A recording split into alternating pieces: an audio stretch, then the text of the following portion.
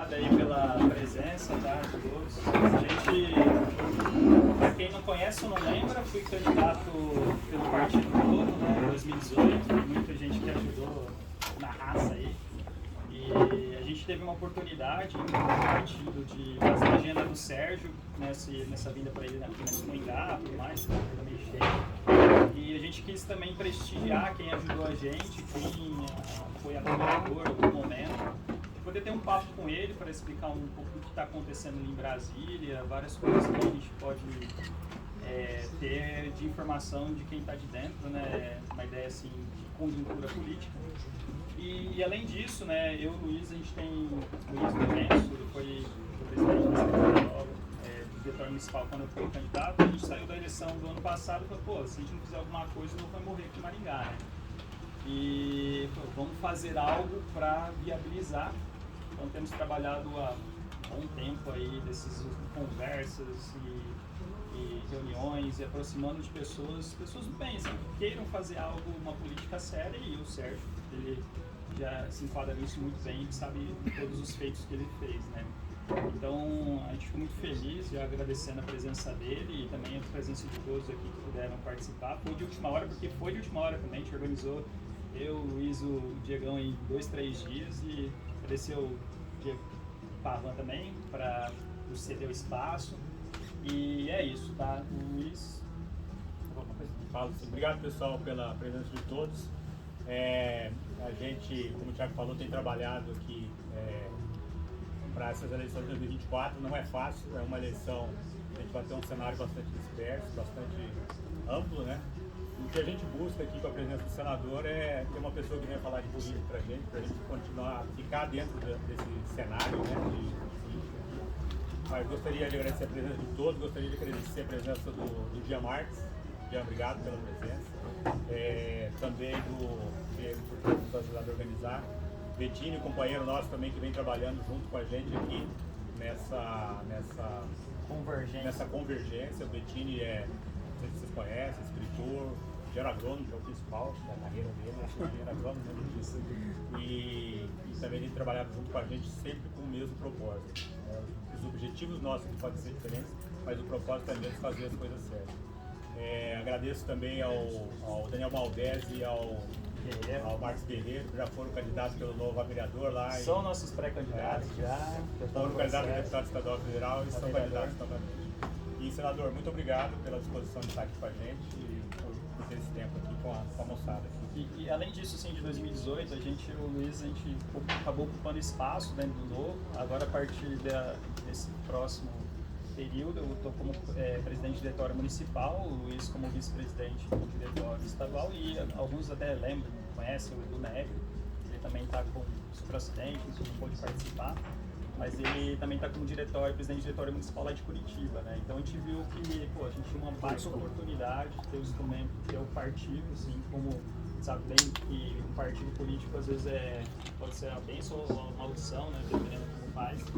Então a gente se coloca à disposição e pessoas que podem ter nomes para ser candidatos, a gente está reformando esse grupo, atraindo quem já era apoiador e também tendo bons nomes para ser candidato, porque no fim das contas são pessoas como o Sérgio que coloca à disposição, que vai lá e faz acontece, né?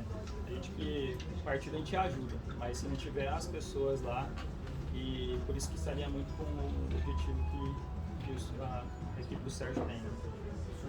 Com você, a estrela principal, e o Betinho também, se apresentar. Meu nome é Eduardo Betinho, conheço muitos aqui de muitos anos, né? A gente é de Maringá. E eu fico muito feliz de ver esse tipo de iniciativa. Vou parabenizar o Luiz, o Thiago e agradecer ao senador. O senador hoje acho que é um pilar que a gente tem, uma referência que a gente tem. E nós temos duas coisas muito importantes em momentos de crise. Nós temos uma referência de comportamento, de vida, de atuação pública, e nós temos isso aqui que é convergência de propósito. Convergência de propósito é muito poderosa. Então, só agradecer a todos pela participação. E dizer que eu fico muito feliz e muito otimista quando eu vejo esse tipo de possibilidade. É uma referência para convergência de propósito com pessoas de política. Contigo, Sérgio. Pessoal, bom dia. Bom Acho que a gente pode ter uma conversa até informal, com perguntas, com colocações. Primeiro, eu quero Bettini, por ter organizado esse evento, essa oportunidade de falar. E a minha ideia era falar um pouquinho sobre o que a gente está vendo lá em Brasília, o contexto e tal, a minha opinião, e ouvi-los também. E, no fundo, o que a gente tem que... o Richard aqui presente também, você agora, o Richard foi um grande amigo aqui durante a campanha, nos ajudou bastante. Aproveitar e apresentar também aqui a minha equipe, tem o Augusto Felipe Cunha, o Ricardo Guerra e a Priscila. Né? Então, todos aqui, todos de Maringá, né? É bom que vocês vão para Maringá, que encontra muita gente conhecida. Quer dizer, eles não são, tem esse privilégio. Acho que só a Priscila tem. Mas eu me sinto sempre em casa, pé vermelho. Olha, o cenário atual, eu tive recentemente, então foi interessante, tive até com a minha equipe lá em Buenos Aires. Buenos Aires tem uma chamada Fundação da Liberdade, que foi constituída lá na cidade de Rosário. Tá? Rosário, uma cidade grande lá no interior da Argentina, mais conhecida por ser a cidade onde nasceu o Messi. Né? Então, ficou célebre principalmente por esse motivo, mais recentemente. E essa Fundação da Liberdade é ligada a uma outra Fundação Internacional da Liberdade, que é do Mário Vargas Llosa, que é o escritor latino-americano, prêmio Nobel, tem vários livros famosos. E nesse encontro da Fundação da Liberdade foi interessante porque estavam vários ex-presidentes da América Latina, ex-presidentes de direita ou de centro-direita, como Maurício Macri, o Sebastián Piñera do Chile, o Tuto Quiroga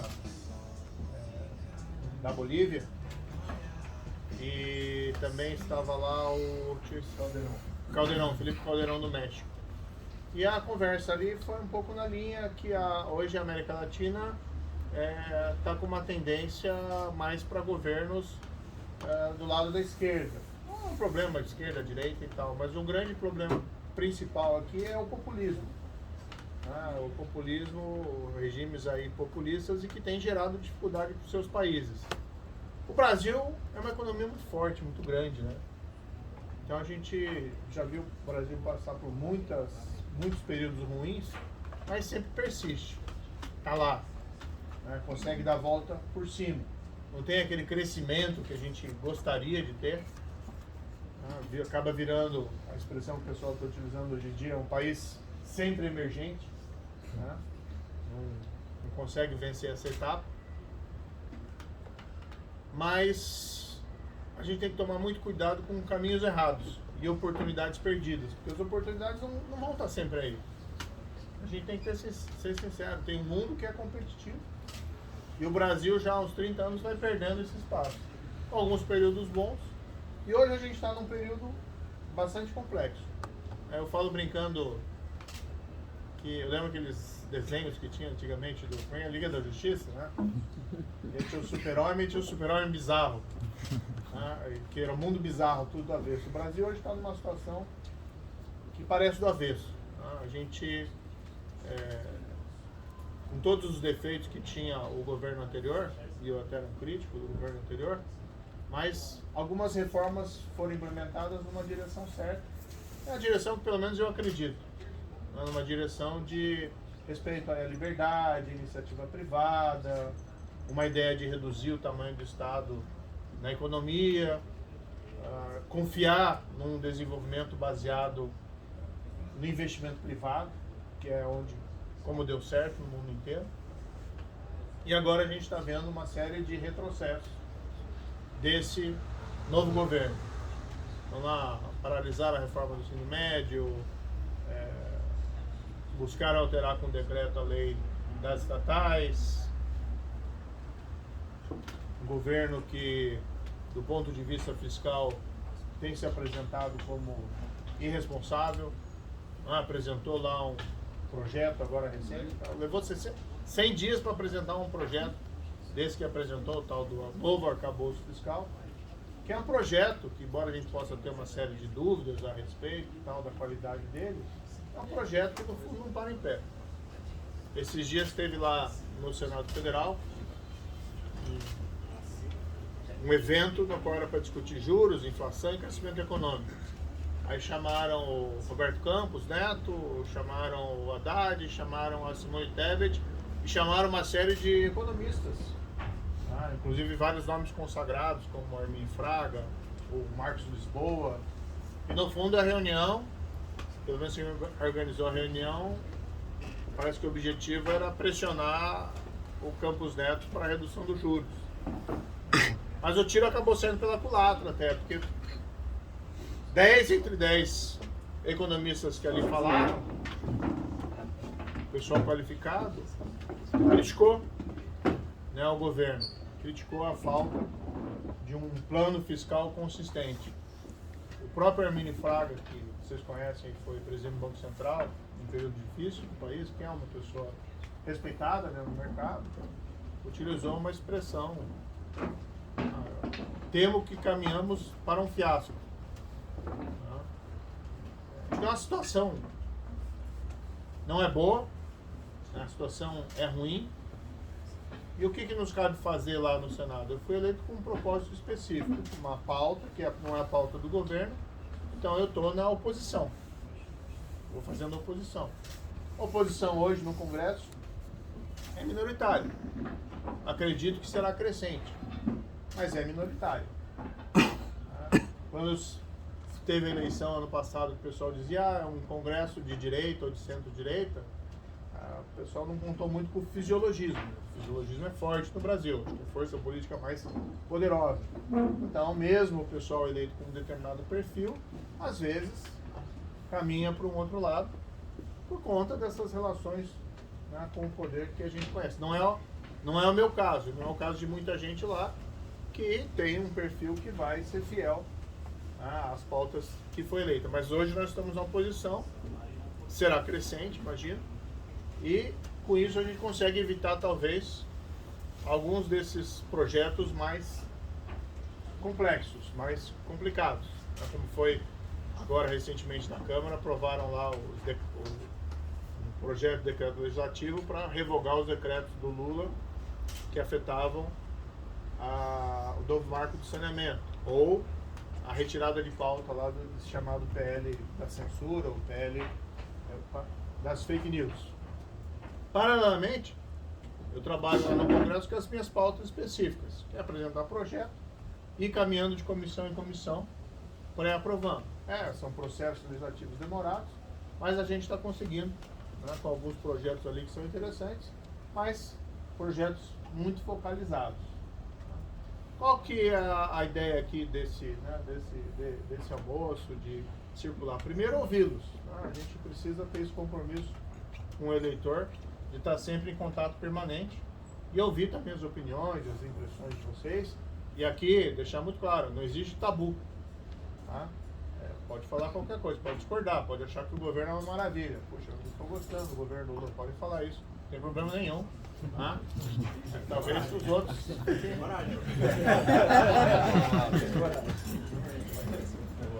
Eu sei que a Jean já gosta do governo Lula, talvez outras pessoas aqui também. Mas fiquem bem à vontade. Votou em mim, não votou em mim, não importa. A eleição passou. E ninguém faz política olhando para o passado, tem que olhar para o presente e ali para o futuro. Mas também o que a gente tem presente aqui, a gente precisa pensar em Maringá, na importância de Maringá, que é a minha cidade, a cidade de vocês também. Ano que vem a gente tem eleição aqui em Maringá. E é importante ter bons candidatos. Quem vão ser os candidatos? Não sei. Muito cedo para definir isso. Mas é preciso ter bons candidatos. Para vereador, bom candidato para prefeito. Porque a gente às vezes tem as coisas como garantidas. Imagina, a vida é um progresso contínuo. O Brasil é o país do futuro e não importa o que aconteça. Não, a gente está vendo o contrário. A gente está num caminho errado hoje, num caminho perigoso. A Argentina está logo ali, 100% de inflação no ano. A gente foi lá para Buenos Aires e o sentimento é de desolação. Um país que decai aí há 50 anos. E hoje está numa situação muito difícil. Na Bolívia, eles estão em crise cambial. Eles estavam sentados em cima da maior reserva de gás da América Latina, acharam que aquilo era a garantia do futuro para sempre e não investiram como tinham que investir. Hoje o gás está acabando. E a Bolívia, que exportava gás inclusive para o Brasil, construído lá na época do Fernando Henrique Cardoso, vai ter que importar gás, porque não tem mais produção. E isso gerou uma grande crise cambial. A Venezuela nem precisa falar, estamos falidos. Você vai entrar em detalhes. E a Venezuela está naquele estado de que tem que lutar até pela democracia lá, porque nada está garantido. A Bolívia, na Colômbia, recentemente, crise política lá, por conta do novo presidente, que foi eleito. Também pro lado da esquerda. E aqui, mais uma vez, gente, eu não sou nenhum radical de esquerda, direita, coisa assim. O que a gente é contra é o populismo. A ideia de querer fazer a política de um jeito errado para ganhar popularidade no começo, coisa assim, e depois não faz a coisa com racionalidade, como é o que a gente tem visto nesse governo. Claro que a gente está muito longe de Argentina, está muito longe de Bolívia, está muito longe de Venezuela, mas a gente não pode brincar com essa situação. E para não brincar com essa situação, começa na cidade. A gente precisa ter bons candidatos. Senão a coisa começa a desgringolar. A gente precisa pensar na cidade. Né? Maringá é uma cidade pujante, cresce, bem organizada, bonita. Tá? Muita gente diz que é a melhor cidade do sul do país, a melhor cidade do Brasil. E eu não refuto essa tese. Mas tem os seus problemas. Sempre que eu venho aqui, não sei se eu dou azar, dá uma inundação. Sai mais um pedaço da pista. Talvez seja culpa mesmo, é um pedaço da pista. E às vezes parece também aquela impressão que Maringá, assim, também se não tomar cuidado, perde um pouco o ritmo, né? Deu planos para Maringá. Então o que a gente queria abrir um debate, deixar vocês bem à vontade, né? Mas gostaríamos também de contar no futuro. E ninguém está falando em candidato agora assim, mas com apoio. Aí eu não estou no Novo, não estou filiado ao Novo, estou no União Brasil. Mas o que mais importante para nós é ter boas pessoas na política. Se tiver gente boa no Novo, é o que importa. Se tiver gente boa na União, é o que importa. Se tiver gente boa em outros partidos, é aí que a gente vai construir. Claro que o ideal seria se a gente tivesse partidos mais fortes no Brasil, mas não é esse o caso. Agora, nesse momento que a gente está, a gente não pode baixar a cabeça e nem se recolher. Eu sei que tem muita gente que ficou frustrada. Então, você tá nem aí, cara. Como é que você tava Mas eu posso dizer uma coisa, ninguém mais frustrado que eu. do que depois nos últimos anos. E a maior parte de vocês aqui não tem um alvo nas costas, eu tenho vários. Mas aí é aquele momento que a gente tem que, eu ia falar, separar os homens dos meninos, mas é uma frase machista, não cabe mais. Tá? Que a gente tem que se erguer, colocar a cabeça para fora e assumir certos riscos. Começa aqui pela nossa cidade. E precisa de vocês. Vocês aí chamaram a reunião aqui jovens empresários, né? Não, são pessoas que têm, sim, seus negócios, sua vida privada, tem que se dedicar a isso mesmo. Mas a gente não pode descuidar do lado público, do lado da política. E fala brincando, achar gente boa para ir para a política. Não é fácil, é complicado. Pelo menos é um problema antigo. Diz a lenda lá que na Grécia Antiga tinha o filósofo Demóstenes, que saía com uma lamparina, lanterna, não sei, procurando alguém que pudesse salvar Atenas, a democracia de Atenas. Num outro contexto, mais religioso, lá Sodoma e Gomorra, que tinha que achar 10 pessoas justas para Deus não destruir a cidade. Não conseguiram. Então não vamos deixar aqui em Maringá todo mundo virar estátua de sal ou destruição, coisa parecida. Claro, é um pouco exagerado isso, mas as coisas começam. Para você acertar as coisas é muito difícil. Para você desgringolar é bastante fácil.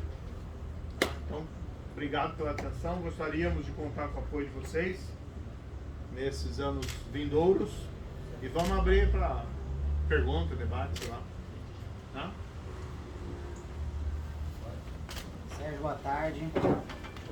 Parabéns aí, muito obrigado pelo que você tem feito no nosso país. Tô pegando um pouco o gancho do que você disse no final aí, né, para que a gente não desanime. Eu acho que nós aqui, longe de Brasília, temos algum limite de enxergar as coisas, né?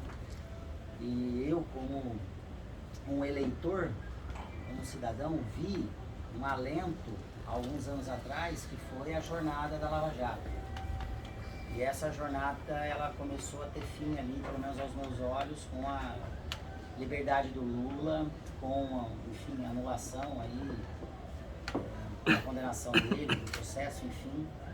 E a gente começou, além disso, a ver na sequência a iminência dos meses que antecederam as eleições e quando começou a campanha, um ativismo jurídico, enfim, dos ministros, dos ministros do STF, enfim, e o Alexandre de Moraes especificamente. E aí, nitidamente, em conluio com quem está no governo hoje. E a sensação que eu tenho é, na iminência da eleição, durante a eleição, pós-eleição, agora, parece não ter limite. O direito não é um limite, né?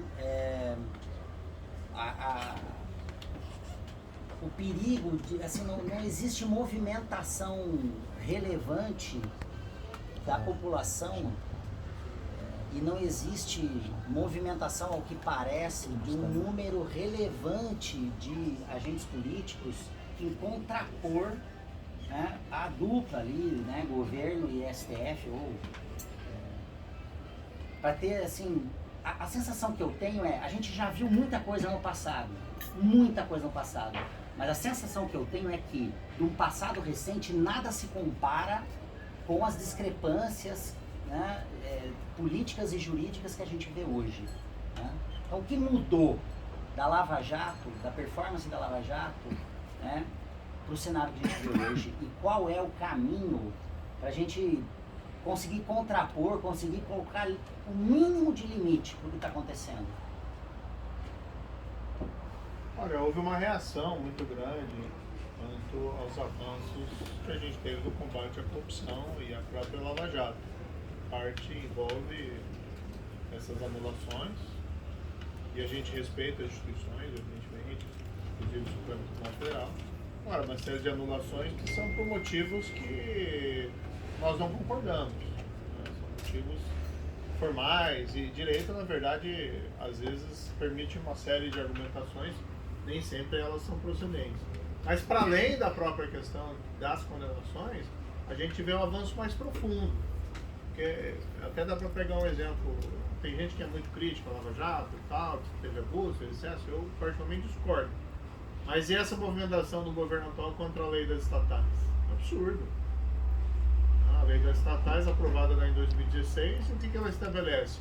Apenas normas melhores de governança para as estatais, exigências técnicas para nomeação e restrições para evitar nomeação de tesoureiro de partido, de político que não foi eleito nas urnas, para conselho de administração fiscal ou corpo diretivo. Normalmente a pessoa nem está qualificada ou está lá pensando em continuar a fazer política. E aí acaba sendo muitas vezes um perigo. É claro que às vezes é nomeada uma pessoa boa, né? Agora, você estabelecer restrições para evitar que sejam nomeadas pessoas que não cumpram a função que se espera delas, é algo legítimo, foi um avanço. A lei foi unanimemente elogiada, né, em 2016. E agora, de repente, você tem um novo governo que tentou revogar, né, foi aprovado inclusive na Câmara, aí parou no Senado isso, e partidos satélites do PT entraram com uma ação de inconstitucionalidade no Supremo. Então é um retrocesso completo. No fundo é um momento de reação. Né? E muita coisa que foi construída, e ainda aqueles que sejam eventualmente críticos ao governo Bolsonaro, né? Mas também tem o seguinte, o governo Bolsonaro acabou, agora é o governo Lula. Não adianta ficar criticando o governo Lula, básico no Bolsonaro. Mas mesmo reformas que foram feitas no governo Temer. O marco do saneamento foi no Bolsonaro, as leis estatais foi no governo Temer.